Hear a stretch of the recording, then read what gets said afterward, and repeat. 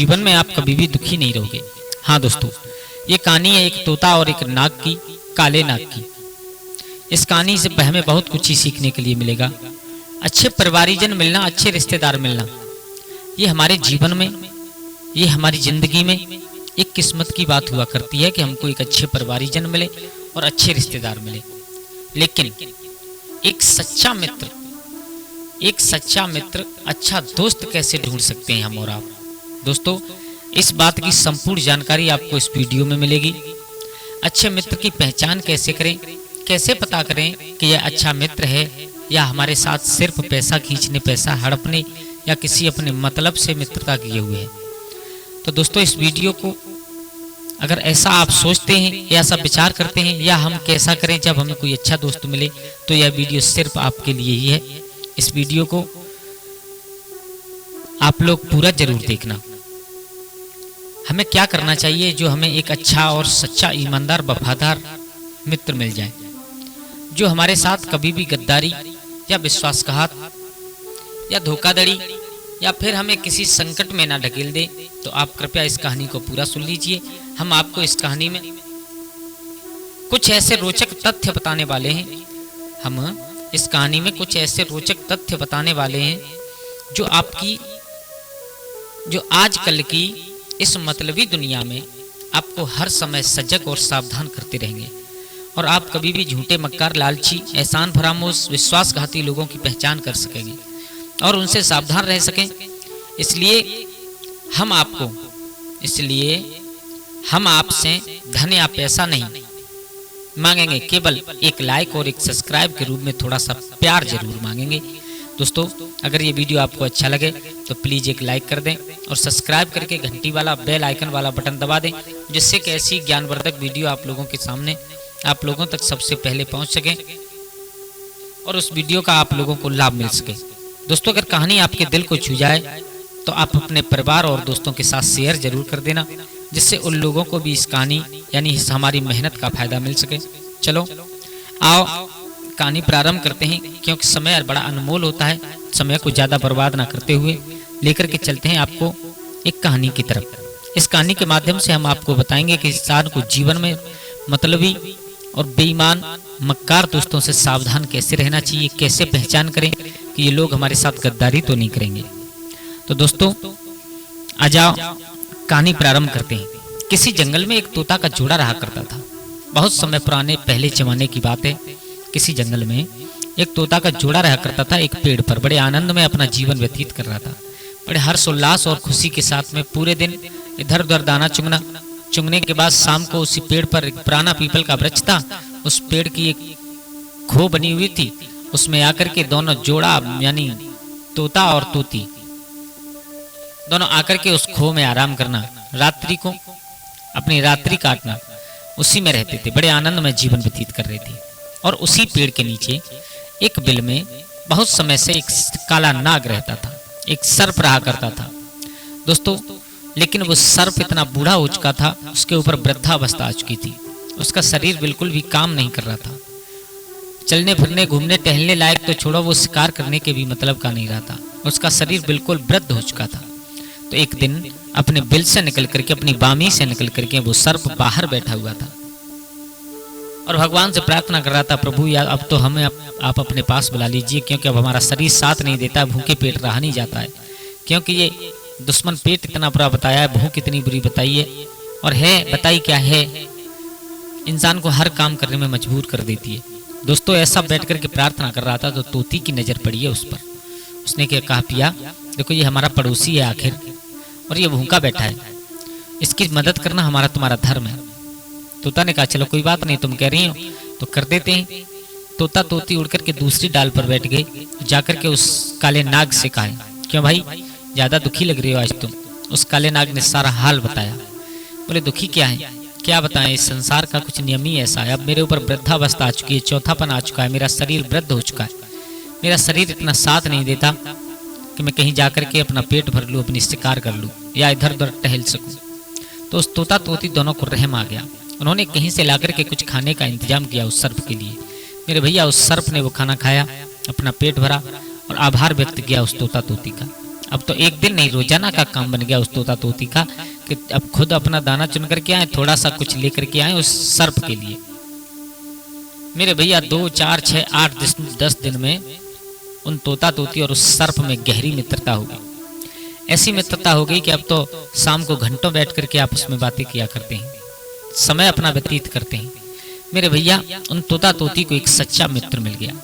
हाँ दोस्तों, सच्चा मित्र मिल गया।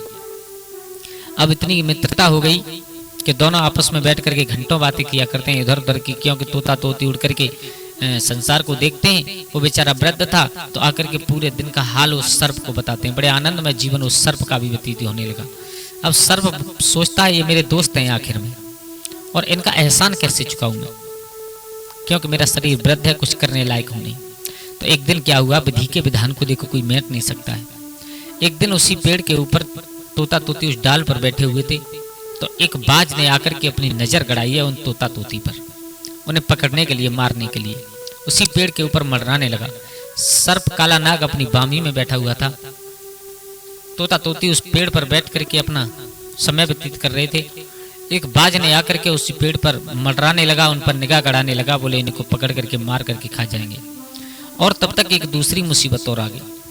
ऊपर तो बाज मंडरा रहा है और नीचे से एक बहेलिया ने एक तोता पर, उसी जोड़े में से एक पक्षी पर अपना निशाना साध लिया। अपने धनुष और बाण से निशाना साध करके बैठा है। मेरे भैया जैसे कैसे भी उस नाग को मालूम पड़ गया।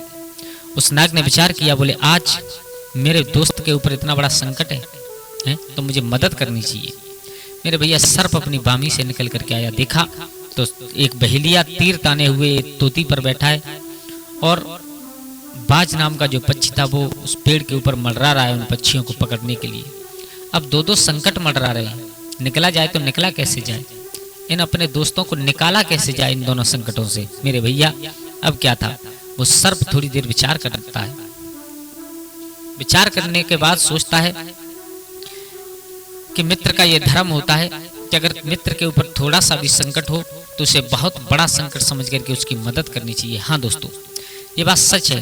हमारे गोस्वामी तुलसीदास ने भी लिखा है रामचरितमानस में, अपनो दुख गिर रज कर जाना और मित्र को दुख मेरु समाना।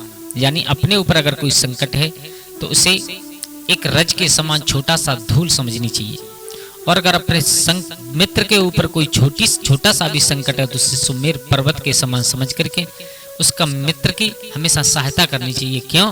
क्योंकि जय न मित्र दुख होए दुखारी तिन्हें बिलोकत पातिक भारी। गोस्वामी जी कहते हैं रामचरितमानस में, जो मित्र के दुख को देख करके दुखी नहीं होता उस मित्र को पाप लग जाता है, उसे मित्र कहने का कोई हक नहीं होता। लेकिन दोस्तों आजकल दुनिया में तो सब ऐसे ही मित्र हैं।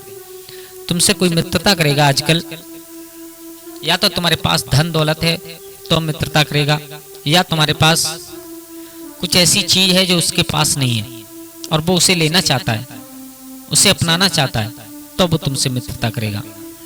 अन्यथा सच्चे मित्र आजकल इस दुनिया में ढूंढना बहुत मुश्किल बात हो गई है। दोस्तों सच्चे मित्र ढूंढने के लिए हमें क्या करना चाहिए? सच्चे मित्र ढूंढने के लिए हमें सबसे पहले ये देखना चाहिए ये हमारे मतलब का है या नहीं, हमारे पैसों पर ज़्यादा इसका ध्यान है या हमारी दोस्ती पर।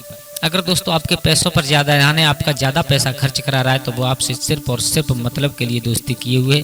अन्यथा दोस्त का ये धर्म होता है कि अपने मित्र का ज़्यादा खर्चा न कराकर उससे मित्रता का परिचय दे। मेरे भैया अब क्या था, उस काले नाग ने थोड़ी देर विचार किया। विचार करने के बाद उसके दिमाग में एक बात आई। उसने धीरे धीरे, वृद्ध तो था बेचारा काला नाग, उसने धीरे धीरे आगे बढ़ करके और उस बहेलिया के पैर में काट लिया। हाँ दोस्तों, इसे कहते हैं मित्रता। उस बहेलिया के पैर में काटा। जैसे ही बहेलिया के पैर में अचानक उस सर्प ने काटा, एकदम बहेलिया का तीर छूट गया। और जब तीर छूटा तो बहेलिया ने नीचे के लिए नजर की, मुझे किसने काट लिया, और देखा तो एक सर्प है, तो उसका निशाना चूक गया। ऊपर आकाश में मंडरा रहे जो बाज था, उस बाज की सीने में जाकर के वो तीर लगा। मेरे भैया इसे कहते हैं एक छोटा सा काम करने से दोनों संकट टल गए। ऐसे ही इंसान को अपने जीवन में संकट को देख करके घबराना नहीं चाहिए, उससे निकलने के लिए युक्ति जुटानी चाहिए। और जो लोग दिमाग से संकट से निकलना चाहते हैं वो हमेशा निकल जाते हैं। और जो लोग कभी कभी देखो, ताकत से आगे भी एक चीज हुआ करती है जिसे बुद्धि कहते हैं, जहाँ पर ताकत फेल हो जाती है वहाँ से बुद्धि से सोचना प्रारंभ कीजिए। आपको जरूर संकट से निकलने का कोई न कोई मौका जरूर मिल जाएगा। आज सर्प ने उस बहेलिया के पैर में काटा, उसका निशाना चूक गया, बाज के सीने में जाकर के तीर लगा। उधर तो वो बाज भी मर गया और उधर सर्प के काटने से बहेलिया भी मर गया। अब तोता तोती उतर करके आए, उस पेड़ से जमीन पर बैठ करके उस काले नाग का धन्यवाद किया। बोले मित्र, अगर तुम आज नहीं होते तो हम दोनों मारे जाते। हमारे ऊपर इतना संकट था कि एक बार के लिए तो हम घबरा गए थे, हम करें तो करें क्या। अगर यहाँ डाल से उड़ते हैं तो वो बाज हमें पकड़ लेगा, और नहीं उड़ते हैं तो ये बहेलिया हमें मार देता। मित्र, आज से तुम हमारे सच्चे मित्र हो। मित्र तो थे तुम, लेकिन आज से तुम्हारे लिए हमारे दिल में और ज्यादा जगह हो गई। तो दोस्तों, इस कहानी से हमें केवल यही सीखने के लिए मिलता है कि हमें संसार में मित्र बनाना चाहिए। जरूरी नहीं है 1000 मित्र हो, एक हो, लेकिन हो सच्चा मित्र। यही सीखने के लिए मिलता है कि अगर हम संसार में मित्र बनाते हैं तो सोच समझ के देख भाड़ करके तब बनाएं कि वो हमारे लायक है या नहीं। ऐसा तो नहीं सिर्फ हमें हड़पने के लिए और हमसे मित्रता किए हुए, क्योंकि हजारों गद्दार दोस्तों से एक सच्चा वफादार मित्र अच्छा होता है। दोस्तों, अगर कहानी अच्छी लगी हो, अगर आपके दिल तक छू गई हो, तो प्लीज़ हमारे चैनल को गजब ज्ञान यूट्यूब चैनल को सब्सक्राइब कर लें, और हो सके तो अपने दोस्तों और परिवार के साथ में शेयर जरूर करें। आज के लिए बस इतना ही। कल फिर मिलते हैं किसी एक नई कहानी, एक नई चर्चा के साथ। तब तक के लिए सभी लोग आनंदित रहें, खुश रहें। जय श्री राधे, जय श्री राम।